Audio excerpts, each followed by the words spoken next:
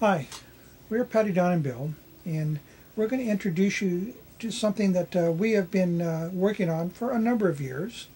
Actually, since my wife's father passed away in 87 or 88, and when she was 40 years of age. At that point, she decided she would like to look into her birth family. Patty Don was adopted in 1948 by the Fox family, and she was raised by them, had a wonderful life. Over the years, things happened, and one thing that happened that you should be aware of is Patty Don developed a brain tumor. And the brain tumor, yes, it does affect her life, but she still has questions about why maybe her family abandoned her. Also, she has questions about maybe if the family has a history of brain tumors or brain disease. Maybe others would like to talk to her about it. So I'd like you to meet Patty Don, and we will talk about it. Hello, I'm Patty Don, and I'd like to talk on the video today. You'll find that I interrupt Patty Don quite often. As I said, she has a brain tumor, so she doesn't always follow a train of thought. I myself am brain injured. I was in a coma for about 45 days back in 2001. So bear with me, bear with the both of us for a few minutes, and we'll get through this on our own. But Patty, when you were born, was there any inclination that your mom and dad were maybe not your real mom and dad? No, my parents always told me from as soon as I could understand words that I was adopted. Over the years, I've heard you mention that you were going through your mom's dresser and you found some papers.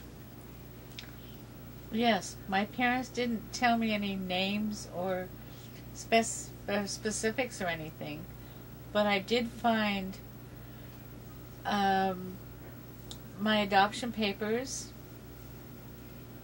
in my mom's dresser drawer. Now, you were born actually in French camp, which to the most of the world is nothing more than a jail and a county hospital. But why was it discussed that you were born not in French camp but in Stockton, California? That's possibly because French camp is always identified with the jail. So you're a jail baby? Or the county hospital, and children from the people that my parents knew were not born in county hospitals. Well, your parents here in the Modesto area were friends with judges, and your dad ran for office, and your dad was very much involved in business, and your mom played golf at the country club out in Turlock. Having a child that was born at the county jail is, well, your parents said you were born in Stockton, not the county jail. You had a brother who was adopted also. Your brother was 2 years older than you were. Unfortunately, you lost him when he was 26 years of age. You didn't lose him because he couldn't find his way home, but he passed away because of an illness. What was it that he had? He had Hodgkin's disease, or lymph cancer.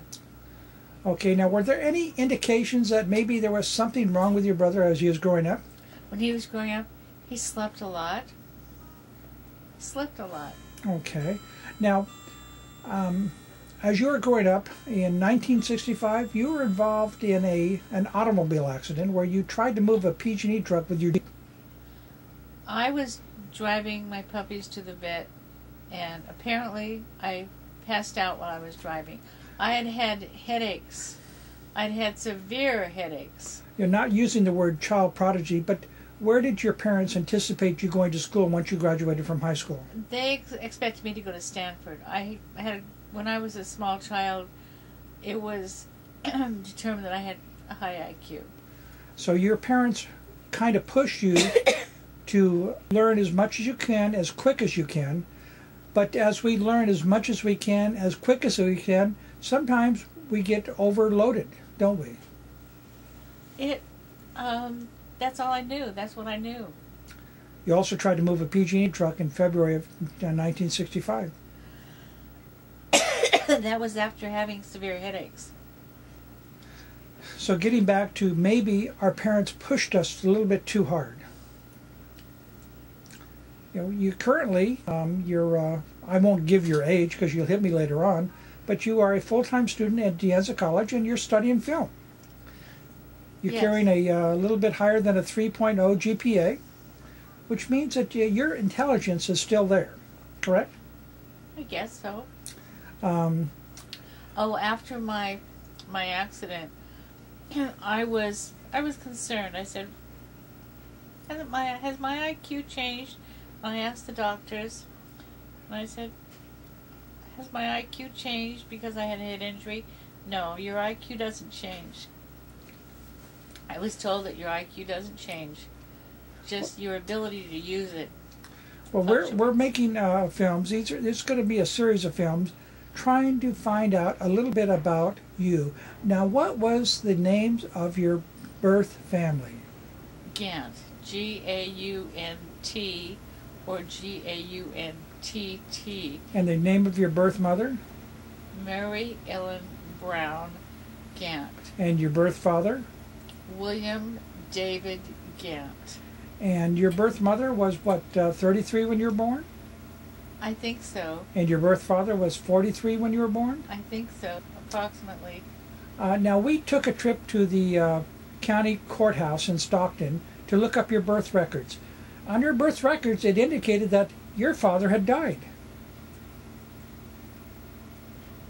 when in fact, your father was very much alive and he'd fathered another child in Kentucky. Yes.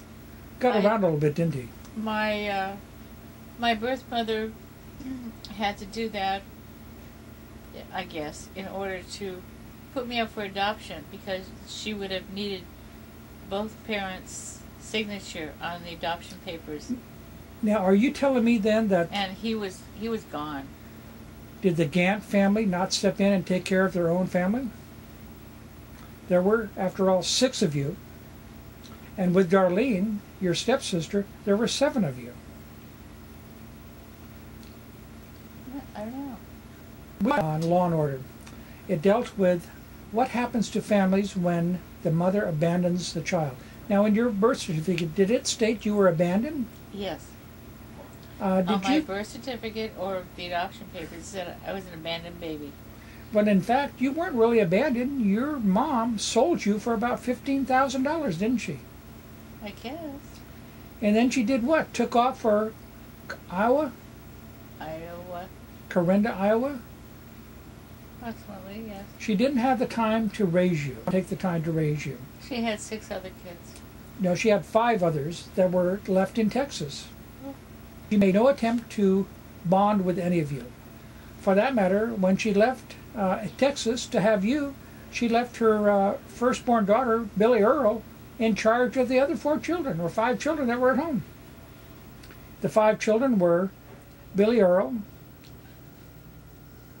James, Donald, George, Darlene. Oh, no, Darlene was Sherry. not in there. Sherry. Darlene was born, her mother lived in Kentucky. And Sherry. You know, it kind of sounds like Mr. Gant got around a little bit. So, once again, we are just beginning to make this film. We're going to make a number of them, talking about being adopted. This is our first approach of it. Now, there's something very, very significant that has happened to you. It's called a brain tumor. Do you think that